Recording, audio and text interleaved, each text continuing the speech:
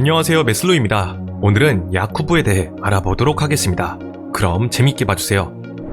야쿠부는 근육 덩어리라고 불릴 만큼 큰 덩치를 가졌지만 덩치 못지않은 뛰어난 기동력을 지닌 선수로 평균 이상의 드리블 돌파 능력을 지닌 스트라이커입니다. 프리미어리그로 진출한 아프리카 선수들 중 역대 득점 순위 5위에 해당하는 선수로 한때 빅4를 제외한 구단에서 가장 강력한 공격수란 평가를 받았는데요. 자, 야쿠부는 이스라엘의 마카비 알파에서 어린 나이에 챔피언스리그 무대에서 해트트릭을 터뜨리는 인상적인 활약과 과한 맨유를 잡아내는 데 1등 공신 역할을 하며 유럽 전역의 주목을 받기 시작했습니다. 그러자 챔피언십 리그에서 승격 경쟁을 펼치던 포츠머스가 그를 반시즌간 임대하게 되는데요. 당시 레드넷 감독은 그가 승격에 힘을 보태줄 것으로 기대했습니다. 이들의 기대에 걸맞게 야쿠부는 후반기 14경기에서 7골을 터뜨리며 구단의 프리미어리그 승격에 크게 기여하게 되죠. 이에 포츠머스는 그를 완전 영입하는 데 이르렀습니다. 야쿠부는 테디 셰링엄, 감독이 되기 전에 에디 하우 등 걸출한 선수들과 함께 뛰었고 전반기엔 프리미어리그 적응에 어려움을 겪으며 부진했으나 후반기에 접어들어 힘을 발휘하며 리그 16골을 기록, 포츠머스가 13위로 프리미어리그에 무사히 안착하는 데 크게 기여했습니다. 훗날 야쿠부는 포츠머스에서 성공적으로 적응할 수 있었던 것에 대해 세계적으로 이름을 떨치겠다는 자신의 강한 야망과 레드넷 감독의 자유롭고 쿨한 지도 방식이 시너지를 일으킨 것이라고 설명했는데요.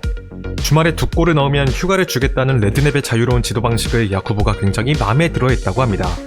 여담으로 야쿠부는 당시 너무나도 위협적인 분위기를 풍기던 하이버리 스타디움에 가는 것을 두려워했는데 특히 솔 캠벨과 대결해야 하는 것이 무서워 레드넷을 찾아가 사유를 밝히지 않고 휴가를 신청했었다고 합니다. 그러나 레드넷이 주말에 솔 캠벨을 상대하려면 더 열심히 훈련해야 한다고 말하며 이때 유일하게 그의 휴가 신청을 허락하지 않았다고 하죠. 이렇듯 야쿠부가 레드넷의 신뢰 속에서 포츠머스의 주포로 자리잡자 2005년 미들즈브러가 약 126억 원을 들여 그를 영입해갔습니다. 당시 미들즈브러엔 주장 사우스게이트를 비롯해 맨디에타, 비두카, 하셀바잉크, 슈토트 다우닝 등 걸출한 선수들이 즐비했습니다. 야쿠부는 부동의 주전 공격수로 기용되었으며 상황에 따라 하셀바잉크, 비두카가 그의 파트너로 번갈아 기용되는 패턴을 보였는데요. 그는 곧바로 리그에서 두 자릿수 득점을 기록했으며 비두카와 환상적인 호흡으로 팀을 UEFA컵 결승까지 올려놓는 기염을 토했지만 세비야에게 대패하며 아쉽게 준우승에 그치고 말았습니다. 이처럼 팀의 약진에 눈부신 기여를 한 야쿠부는 2006년 구단 올해 선수에 선정되는 영광도 안게 되죠. 그리고 포츠머스서부터 4시즌 연속 리그 두 자릿수 득점에 성공하면서 어느덧 리그 정상급 공격수로 발돋움할 수 있었습니다.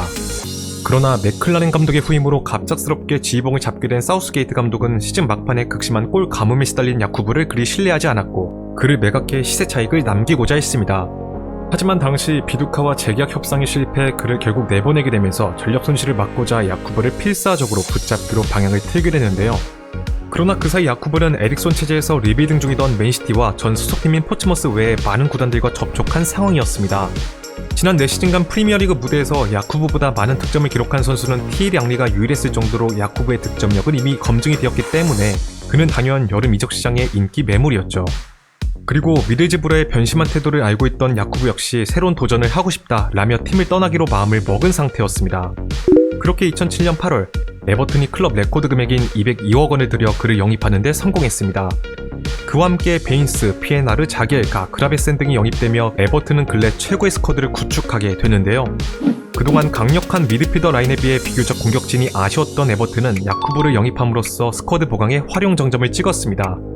자, 야쿠부는 첫 시즌 15골을 터뜨리며 에버튼이 04-05 시즌 이후 최고의 성적인 리그 5위를 차지하는 데 크게 기여했습니다.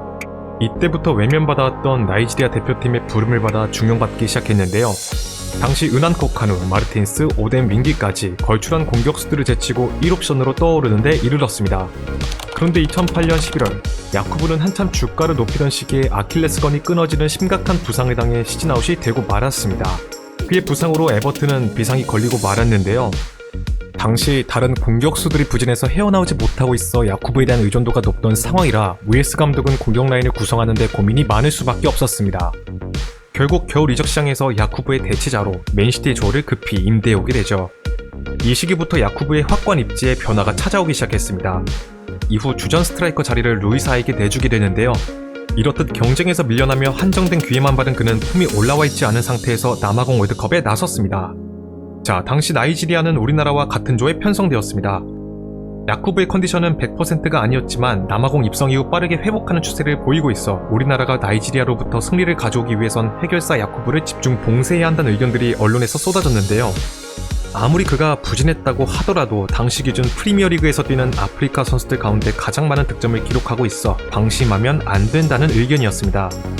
이러한 우려처럼 야쿠부는 우리나라와의 마지막 3차전 경기에서 골문을 계속해서 위협하는 모습을 보였습니다. 다행히 우리나라가 연속 득점에 힘입어 경기를 2대1로 뒤집은 가운데 왼쪽에서 낮게 깔아온 패스가 야쿠부의 발에 정확히 향했습니다. 발을 갖다 대기만 해도 넣을 수 있는 결정적인 찬스 상황이었지만 그가 찬 볼은 골대 옆 애꿎은 물병을 때리고 말았는데요. 그리고 야쿠부는 어이없단 표정을 지었습니다.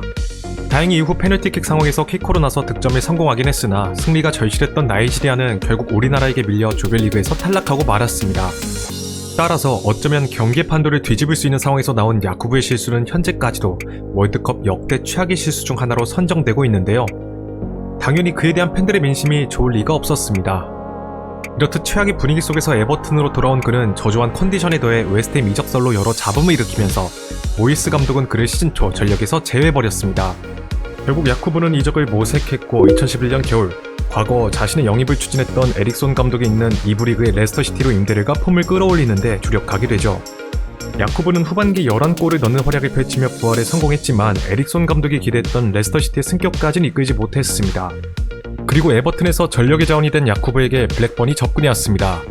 당시 블랙번은 지난 시즌 강등 위기에서 겨우 벗어났을 정도로 근래 쇠락을 거듭해오고 있었습니다. 야쿠부 이전 굿 윌리 같은 공격수를 영입해 보강은 하긴 했으나 그럼에도 불구하고 빈공에 시달리며 시즌 초반 성적이 부진하자 이에 이적시장 막판 야쿠부를 영입한 것이었는데요. 그리고 야쿠부는 기대에 걸맞게 무려 리그 17골, 프리미어리그 득점 4위를 기록할 정도의 엄청난 활약을 펼치며 부활을 알렸습니다. 하지만 당시 블랙번은 야쿠부가 팀이 기록한 모든 득점의 3분의 1을 책임질 정도로 그에 대한 득점 의존도가 상당히 높았으며 시즌 78실점이라는 리그 최악의 수비를 보여주면서 12년 만에 강등이란 성적표를 받게 되죠. 그러자 블랙번의 주축 멤버들이 하나둘 팀을 떠나가기 시작했습니다. 야쿠부는 챔피언십의 수준이 나쁘지 않으나 난 다시 챔피언십에서 뛰고 싶지 않다 라며 그 역시 이적을 천명했는데요. 그의 영입에 퀸즈파크 레인저스가 뛰어들었지만 야쿠부는 뜬금없이 2012년 중국의 광저우로 향했습니다. 그의 중국 이적 소식은 많은 이들을 깜짝 놀라게 만들었습니다. 당시 중국이 황사머니를 갓 풀던 시기였고 아넬카를 비롯해 드록바, 야쿠부, 카누테와 같은 걸출한 공격수들이 중국 무대의 개척자로 나섰기 때문이었죠.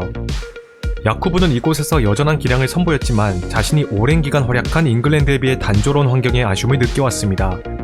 그리고 광저우가 젊은 선수들을 위주로 한 스쿼드 개편에 들어가며 팀 계획에서 제외되자 얼마 안가 이적을 추진하게 되는데요. 그렇게 중동의 알 라이안으로 이적했습니다. 여담으로 야쿠부는 이곳에서 우리나라의 조용영 선수와 재회하게 되었는데 조용영 선수의 말에 따르면 한국전 대형 실수로 총을 맞을 뻔했다고 이야기했다고 합니다.